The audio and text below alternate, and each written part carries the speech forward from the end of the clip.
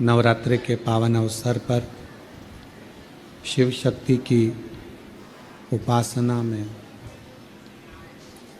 ये भगवान शिव के पवित्र कथा 5 दिवसीय शिव महापुराण की कथा बाबा कुबेर भंडारी की भूमि पर चल रही थी। पावन शिव महापुराण कथा का नवरात्रि के इस पवित्र अवसर पर शिव शक्ति की अविरल भक्ति में गोता लगाया। कथा कभी समाप्त नहीं होती है। जितनी आप ग्रहण कर कर जाएं, जितना आप अपनी जिंदगी में उतार कर लेकर जाएं, वो कभी आपके जीवन में समाप्त ना हो। जैसे माँ लक्ष्मी की पूर्ण आहुति नहीं होती, क्योंकि लक्ष्मी कभी पूर्ण नहीं होती। जब भी माँ लक्ष्मी का कोई यज्ञ होता है, माता लक्ष्मी का जब कोई अनुष्ठान होता है, माँ लक्ष्मी की कोई आराधना होती है, तो उसमें पूर्ण आहुति नहीं होती, क्योंकि लक्ष्मी कभी पूर्ण नहीं होती। किसी व्यक्ति को कब जरूरत है, किसी व्यक्ति को कब जरूरत है, पूर्ण तृप्त लक्ष्मी से या भोजन से कोई नहीं हुआ। उसके जीवन में कब जरूरत पड़ गई, उसके जिंदगी में कब आना पड़ गया, कब पैसे की जरूरत पड़ गई, तो लक्ष्मी कभी पूर्ण नहीं, आती रही जाती रही। उसी तरह शिव महापुराण की कथा का कभी समापन नहीं हुआ, केवल विराम हो जाता है।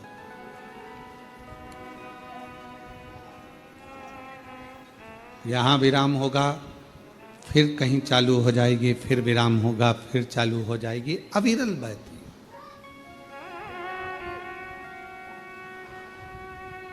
भक्ति भगवान देवाधिदेव महादेव की उपासना ये कभी समाप्त नहीं होना चाहिए। जितनी उमंग, जितना उत्साह, जितना आनंद, और हम तो कहेंगे जितने भी शिव भक्त भले 1 दिवसीय यजमान बने हो, 2 दिवसीय बने हो, चाहे 4 दिवसीय बने हो, चाहे 5 दिवसीय बने हो, शिव जी से प्रार्थना करना कि हमको 7 दिन का पूरा यजमान जरूर बनाना। एक बार ऐसी भी कृपा भले बने।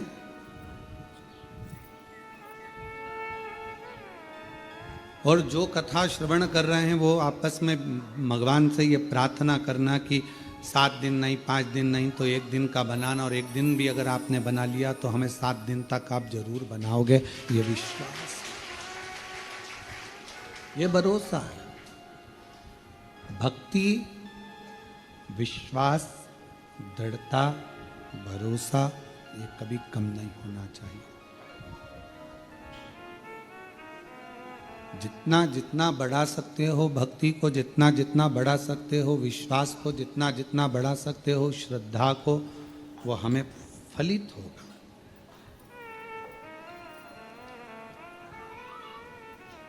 बीज बोने से पहले जमीन को देखना पड़ता है कि जमीन उपजाऊ है कि नहीं। बीज तो बो दिया आपने और मालूम पड़े वो अंकुरित ही ना हो तो बिगड़ जाए। अभी लोगों ने सोयाबीन बोया, मक्का बोई, मूंगफली बोई, सिंगदाना, जो भी उसने बोया, पहले देखा कि ये जमीन उपजाऊ है कि नहीं। बंजर भूमि है, बहुत पत्थर हैं, बहुत पाषाण पड़ा हुआ है, तो फिर विचार करा कि ये इस भूमि पर सोयाबीन नहीं होगा, इस भूमि पर गेहूं नहीं होगा। तो किसी ने पूछा कि ये भूमि तो हल्की है, इस पर काय की फसल हो सकती है, तो कहा इस पे मक्का हो सकता है। फिर किसी ने कहा कि अगर मक्का भी नहीं हो सके और ज़्यादा बंजर भूमि है, क्या हो सकता है? तो कहा मूंगफली हो सकती है।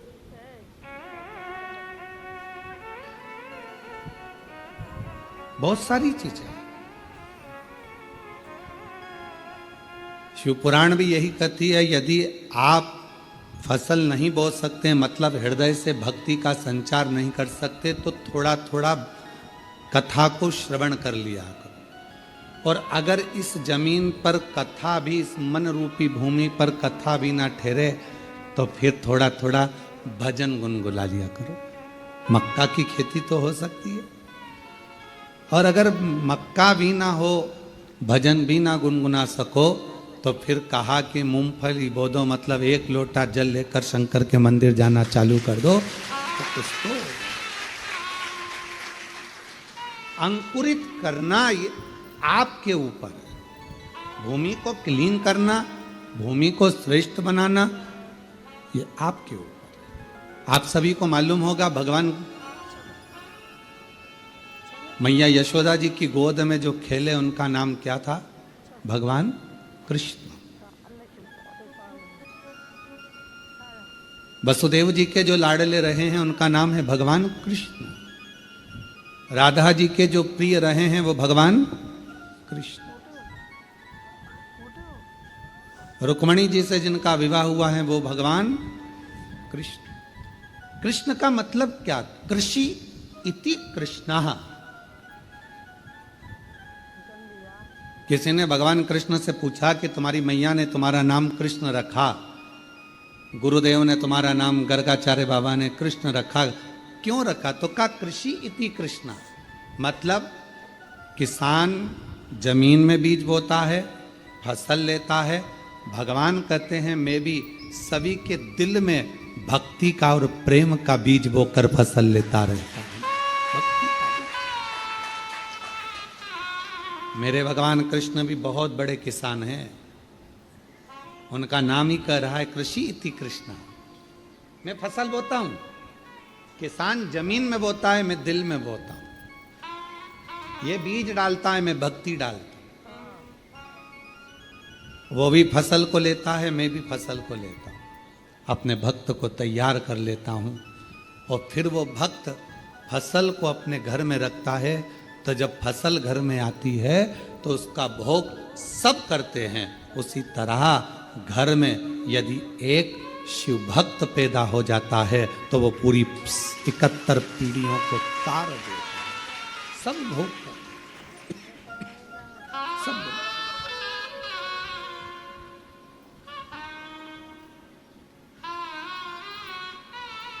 और मैंने तेरे ही भरोसे बाबा, तेरे ही भरोसे हवा विच उड़ती जावांगी। बाबा डोर है तो छड़ी नाम कटी जावांगी। भोले मैं तेरी पतंग शंभू, मैं तेरी पतंग हवा बिच उड़ती जावांगी। बाबा डोर है तो छड़ी नाम कटी जावांगी। भगवान कृष्ण कृषि इति कृष्ण। खेती करे, फसल ले। एक मोहल्ले का, कॉलोनी का, सोसाइटी का, घर का, गांव का एक व्यक्ति भी यदि शिव के मंदिर जाना प्रारंभ कर देता है तो वो धीरे धीरे समझ लेना कि पूरे गांव को, पूरे मोहल्ले को, पूरे कॉलोनी को पार उतार देता है।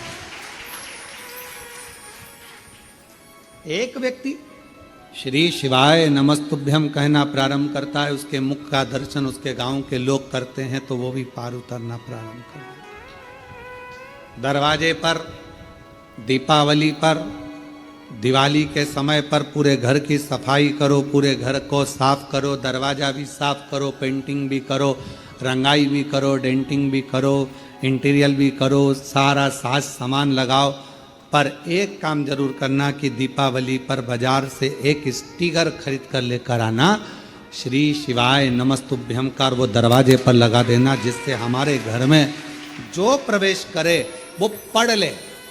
पढ़ेगा, आप दरवाजा खोलोगी, उतनी देर में उसने मुख से उच्चारण कर लिया, दरवाजा बंद था, बाहर खड़ा था, दरवाजे पर क्या पढ़ा उसने? श्री शिवाय नमस्तुभ्यम। आपने दरवाजा खोला, उसने पढ़ लिया। आप जैसे ही दरवाजा खोलोगी, उसके मुख का दर्शन करोगी, तो कुछ गलत भी होने वाला होगा तो वो अच्छा होना प्रारंभ हो जाएगा, क्योंकि मुख का दर्शन।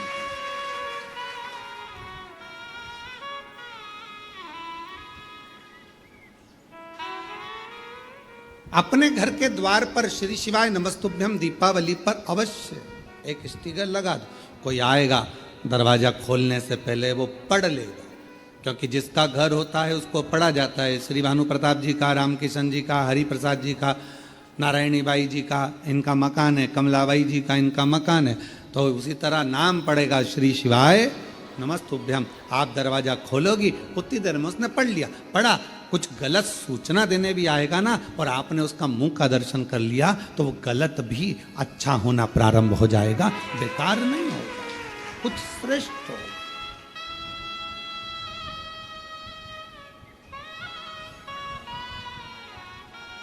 एक भक्ति के बीज को अंकुरित करना।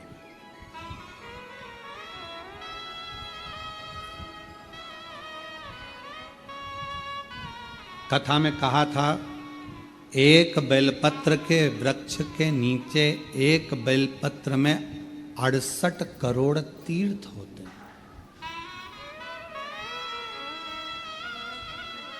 68 करोड़। अब आप और हम तो कोई स्थापना कर नहीं सकते, आप और हम तो कोई तीर्थ बना नहीं सकते, बहुत बड़ा तीर्थ का निर्माण तो कर नहीं सकते।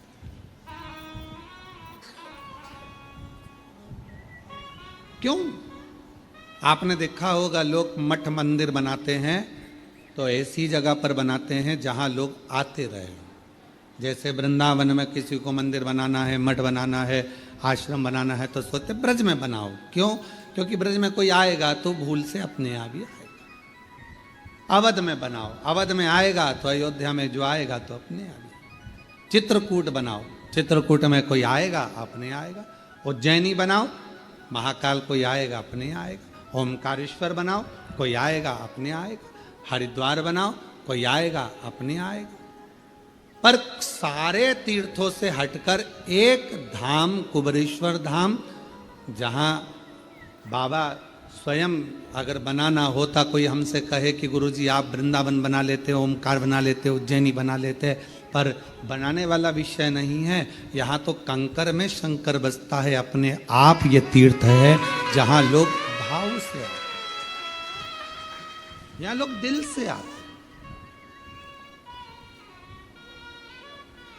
इसको बनाया नहीं जाता, ये स्वयं है, स्वयं। यहाँ बैठकर आप कहीं पर भी घूम कर आए हो, कितने भी तीर्थ घूम कर आए हो, पर कुबेरेश्वर बाबा के दरवाजे से अंदर प्रवेश करोगे, आपको एक अलग से ऊर्जा लगेगी।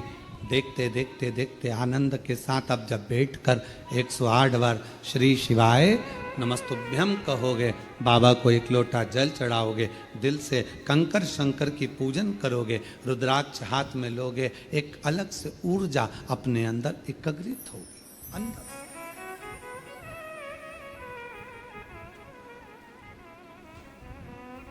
वो ऊर्जा हमें मिले। एक बच्चे ने लिखा,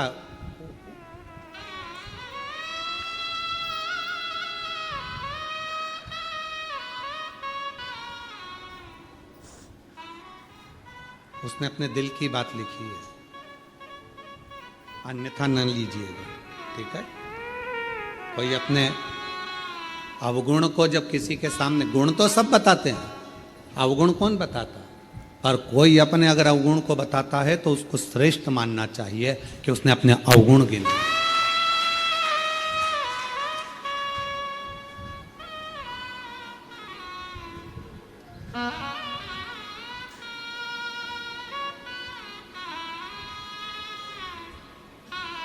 पहले नंबर पर शब्द लिखा उसने क्षमा चाहता हूं। अब उसने पहला शब्द, और इस पत्र को हमने पहले नंबर पर इसलिए लिया क्योंकि हमें खुशी हुई इस पत्र को पढ़कर कि उसने अपना अवगुण गिनाकर सुधरने का प्रयास किया। मेरी उम्र 20 साल है। पत्र ना दिखाइए, आस्था चैनल पर पत्र हम नहीं पढ़ाएंगे, ठीक है? बोल रहे हैं, आप उसको स्वीकार करें। मेरी उम्र 20 साल है। मैं जिला बालाघाट का रहने वाला हूँ। नाम नहीं लिख रहा हूँ। हम उनसे कहेंगे आप खड़े भी मत हो, ठीक है? आप अपनी जगह पर बैठे रहो। मैं बालाघाट का रहने वाला हूँ। मेरी उम्र 20 साल है और मैं अपना नाम नहीं लिख रहा हूँ। श्री शिवाय नमस्तुभ्यम गुरुदेव। सबसे पहले कुबेर भंडारी के चरणों को नमन करता हूँ, व्यासपीठ को नमन करता हूँ। मैं जब 11th क्लास में था, कुछ गलत दोस्तों के कारण, उनकी गलत बातों में मेरे द्वारा कुछ गलत कार्य हो गया, जिस कारण मेरी तबीयत खराब हो गई और मुझे एक गुप्त रोग हो गया। और वो गुप्त रोग ऐसा बढ़ गया कि मेरा इलाज कहीं पर भी नहीं हो सकता। जब वो इलाज कहीं पर नहीं हो सकता, बढ़ गया, घर के लोगों को बताऊं तो क्या बताऊं, फिर भी घर के लोगों ने खूब इलाज करवाया, खूब करवाया। कुछ समझ में नहीं आया, हल नहीं निकल रहा था उस रोग का। तब मेरी चाची जी रहती हैं, उन्होंने कहा कि सियोर वाला बाबा कथा करता है और ऐसा सुना है कि कथा में औषधि के रूप में वो कथा होती है। अगर व्यक्ति सुने तो भी वो ठीक हो सकता, उसका रोग मिट सकता। मेरी चाची के कहने पर मैंने चुपचाप से मोबाइल में आपकी कथा सुनी। कथा में आपने कहा कि कोई भी तकलीफ हो तो हिम्मत मत हारो। बीमारी आ गई ना, हिम्मत ना हारना। तकलीफ आ गई ना, हिम्मत ना हारना। कष्ट आया है, हिम्मत मत हारना। मंदिर जाना चालू करो। मैंने आपकी कथा सुनकर शिव जी के मंदिर जाना प्रारंभ करा। झाड़ू लगाता, पोछा लगाता, पर मन गवारा नहीं होता, क्योंकि बीमारी ऐसी थी, मन गवारा। क्या करूं मैं? पूरी चित्तवृत्ति गड़बड़ हो गई, पूरी चित्तवृत्ति। मन मंदिर में भी नहीं लगता, पढ़ाई में भी नहीं लगता। 3 साल निकल गए, पर 3 साल गुरुजी, मैंने जो पूर्व के 3 साल निकाले, मेरी जिंदगी के शायद नरक जैसे। उस बीमारी के चलते सब दूर हटें, उस बीमारी के चलते कोई स्वीकार ना करे, पर शिव के मंदिर नहीं छोड़ा। अब कथा सुनने लगा टीवी पर तो भी लोग ताना देते, पर आप कहते हो ना हिम्मत मत हारना, बाबा साथ देता है, तो चिंता मत करना। मैंने बाबा का खूब झाड़ू पोछा करा और बाबा की सेवा करी, और बाबा ने ऐसी कृपा करी कि अब मेरा मन पढ़ने में लगने लगा और बाबा की कृपा से मैं पढ़ाई करना प्रारंभ कर दिया। जब मेरा मन पढ़ाई में लगने लगा, धीरे धीरे धीरे धीरे जब जांचें चलना चालू हुई, तो बाबा की कृपा से मैं ठीक होना भी प्रारंभ हो गया। शिव की उदार है।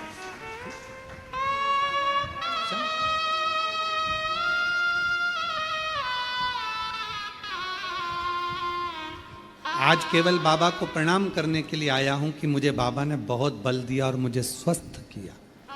एक बेलपत्र की चाह रखता हूं, पर मेरा बेटे से निवेदन है आप मत आओ व्यासपीठ पर।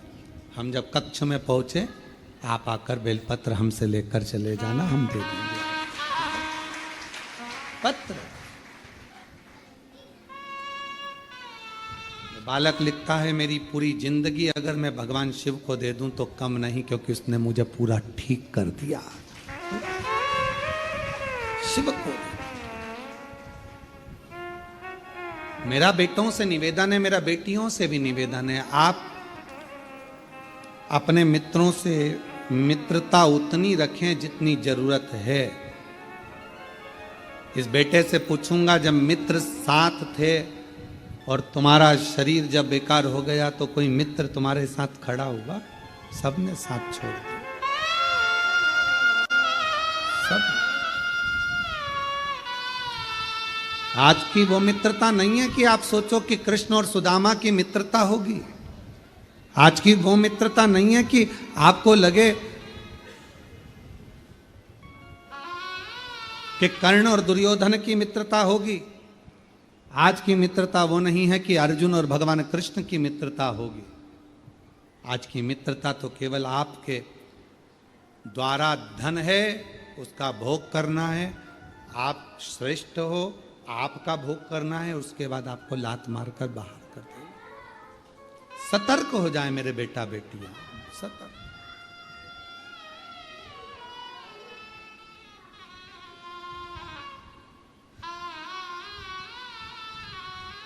सतर्क। और आपकी सतर्कता आपकी जिंदगी बना सकती है। आपकी सतर्कता। क्या पढ़ा है बजरंग दल को, क्या पढ़ा है विश्व हिंदू परिषद को, क्या पढ़ा है संघ को, क्या पढ़ा है सनातन को, कि हर गरबे के दरवाजे पर उन्होंने आपको सुरक्षित रखने का प्रयास किया। हर गरबे के दरवाजे पर, हर गरबा पंडाल में वो आपको मैसेज डाल रहे हैं, बैनर लगा रहे हैं, आप सुरक्षित रहे। उनको क्या पड़ रहा है? केवल इसलिए कि आप किसी गलत के हाथ ना आ जाओ और तुम्हारे टुकड़े फ्रिज में या अटैची में मिले, ये वो नहीं चाहते। तुम्हारे टुकड़े फ्रिज में या अटैची में मिले, ये वो नहीं चाहते हो। उनको कुछ नहीं पड़ रहा, फिर भी आपके लिए झगड़ रहे हैं, आपके लिए लड़ रहे हैं, आगे बढ़ रहे हैं कि आप सुरक्षित हो, आपकी रक्षा हो।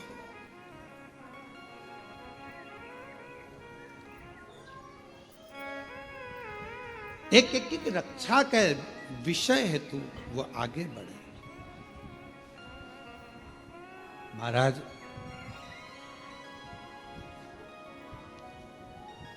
आप उस पर आश्रित होकर, जब बच्चे ने लिखा कि कहीं कुछ नहीं हो सकता, तब हार कर शिव की शरणागति।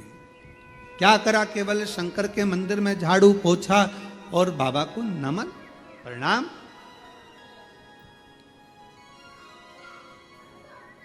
उतने में भगवान ने स्वीकार कर लिया। क्यों? क्योंकि वो सब दूर से टूट चुका था, हताश हो गया था कि अब कोई साथ नहीं देगा। तब अंतिम बिंदु में उसने अपनी चाची की वाणी पर भरोसा करा कि मेरी चाची ने मुझसे कहा है कि अब तू एक काम कर कि वो सियोर वाला बाबा कथा कहता है, उसको सुनना चाहिए। सुना तो मन तो लगाया उसमें। पढ़ाई में मन नहीं लग रहा था, 11वीं के बाद एग्जाम देना बंद, पढ़ाई बंद, तो कम से कम उसने दिल तो लगाया, फिर पढ़ाई चालू कर दी। विद्यार्थी, उसके अंदर हिम्मत तो जागृत हुई। कल एक बेटी रोती रोती कह रही थी, गुरुजी, गुरुदेव, जब हम पीछे बाबा के दर्शन करने के लिए बट वृक्ष की ओर जा रहे थे, तब वो कह रही थी कि गुरुदेव, मैं बहुत हताश हो गई। मैंने पूछा, बेटा क्या हुआ, क्यों हताश हो गई? कहा, मैं 9 साल से नौकरी की सर्विस की तैयारी कर रही हूं, पर मेरा गवर्नमेंट जॉब नहीं लग रहा। मैंने कहा, इतने में हार गई तू? 9 साल में, केवल 9 साल। वो 14 वर्ष मेरे राम जी महाराज वन में रहे और हिम्मत नहीं आ रहे।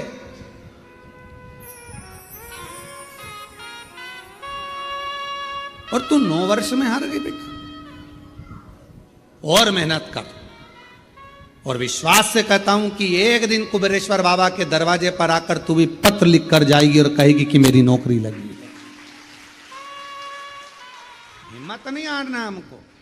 आज सबसे ज्यादा जरूरी, कोटा राजस्थान में कोचिंग होती है, हजारों लाखों बच्चे कोटा राजस्थान में जाकर कोचिंग करते हैं, पढ़ाई करते हैं और एग्जाम देते हैं, टेस्ट होता है, उनकी परीक्षा होती है। कई बच्चे हिम्मत हार कर सुसाइड कर लेते हैं। क्यों करना सुसाइड? कौन ने कहा कि तुम इतनी जल्दी हिम्मत हार गए? क्या तुम्हारे पिताजी के पास में खिलाने का अन्न नहीं? तुम में क्या वो बल नहीं? सब कुछ है, एक माँ बाप यदि तुम्हें पढ़ने के लिए कोटा राजस्थान भेज सकते हैं, एक माँ बाप तुमको पढ़ने के लिए पुणे मुंबई भेज सकते हैं, तो एक माँ बाप तुमको भी पाल पोस कर बड़ा कर कर तुम्हें खिला सकते हैं। और तुम में भी वो बल है कि एक एग्जाम अगर क्लियर नहीं हुआ तो दूसरा एग्जाम तो तुम क्लियर कर सकते हो, दूसरा नहीं हुआ तो तीसरा क्लियर कर सकते हो, तीसरा क्लियर नहीं करा तो चौथा कर सकते हो। हिम्मत इतनी जल्दी हार लेना और अपने प्राणों को त्याग देना, ये कहां की रीति है?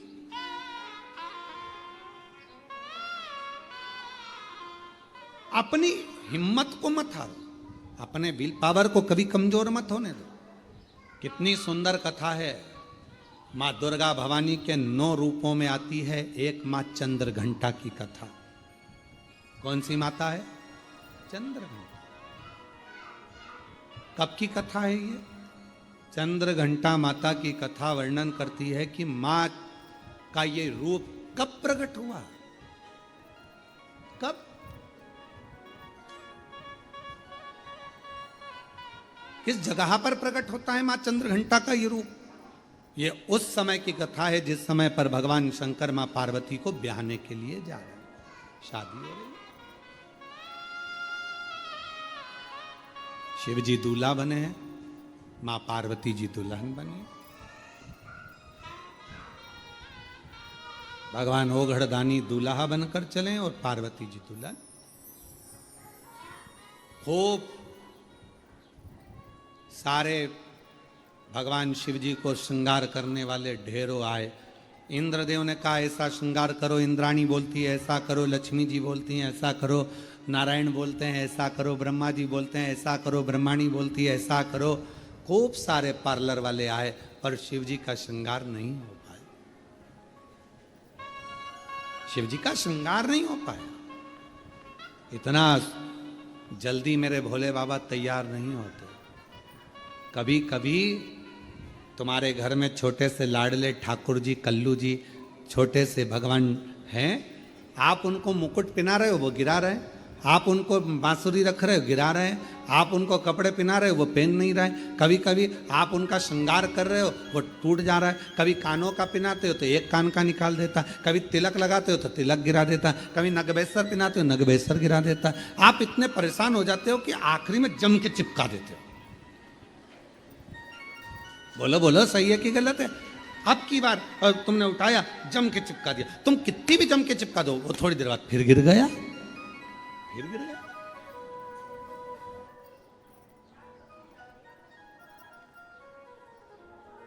और कभी कभी ऐसा होता है कि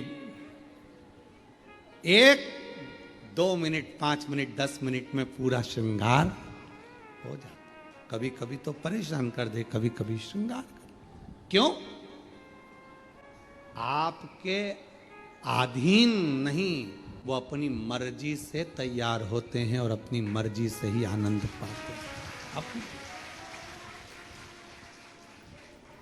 मस्तक पर मलिया गिरी चंदन ऐसा तिलक लगाया, मोर मुकुट कानों में कुंडल ऐसा महकता रहे दरबार सावरे, महकता रहे दरबार सावरे, तेरा किसने किया श्रृंगार, तेरा किसने किया श्रृंगार सावरे। लगे दुल्हा सा दिलदार सांवरे, लगे दुल्हा सा दिलदार सांवरे, तेरा किसने किया श्रृंगार सांवरे। कभी पहन लेते हैं वस्त्र, कभी नहीं पहनते, कभी आभूषण पहनते हैं, कभी नहीं पहनते, उनके ऊपर। अब बाबा को दूल्हा बनाना या शंकर भगवान को सजाना कोई सरल बात है? सरल है? बहुत कठिन, बहुत कठिन। सब देवता हार गए, श्रृंगार नहीं कर पाए सब। और संपूर्ण भारतवासियों को, संपूर्ण देशवासियों को, संपूर्ण सनातनियों को इस कथा में से एक बात सीख लेना चाहिए। आप यदि भगवान शंकर के मंदिर में जाकर सावन के महीने में श्रृंगार कर रहे हैं, आप शिवरात्रि पे शंकर भगवान के मंदिर में श्रृंगार कर रहे हैं, मंदिर के लोगों में आपको सूचना दी कि मंदिर का श्रृंगार करना है, मंदिर में तैयारी करना है, तो आप अपने आप को किस्मत वाला समझना कि भोलेनाथ अपना श्रृंगार तुमसे करवा रहे हैं।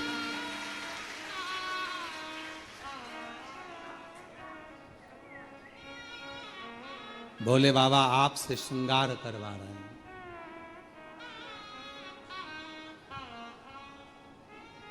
भगवान शिव जी ने अपना श्रृंगार भगवान विष्णु से नहीं करवाया, ब्रह्मा जी नहीं कर पाए, इंद्र नहीं कर पाए, गरुण वरुण नहीं कर पाए, भगवान शंकर का श्रृंगार कोई नहीं कर पाया। और अगर आप शिव जी के मंदिर में जाकर श्रृंगार कर रहे हो, सावन के महीने में शंकर भगवान को सजा रहे हो, आप शिवरात्रि पर भगवान शंकर का श्रृंगार कर रहे हो, तो समझ लेना कि भगवान शंकर जब नारायण जी से नहीं करवाए, ब्रह्मा जी से नहीं करवाए, तो तुम कितने शिव जी के प्रिय हो गए जो तुमसे भगवान श्रृंगार करवाए, तुमसे करवाए।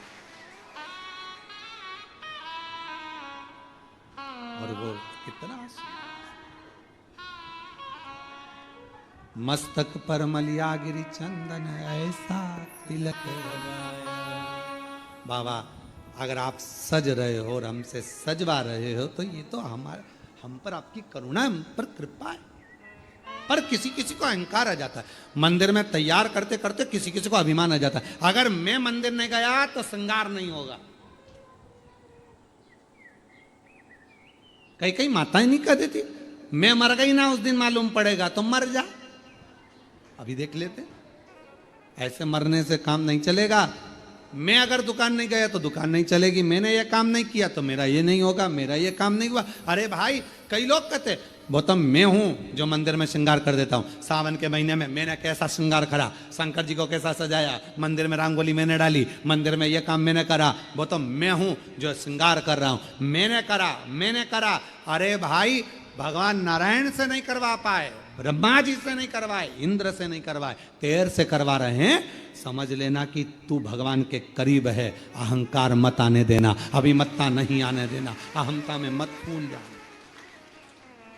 तेरे से करवा, तेरे से महकता रहे दरबार सारे, महकता दरबार सारे, तेरा किसने किया श्रृंगार सारे, तेरा किसने किया श्रृंगार सारे। अगर वो करवा रहा है तो प्रसन्न हो, प्रसन्न।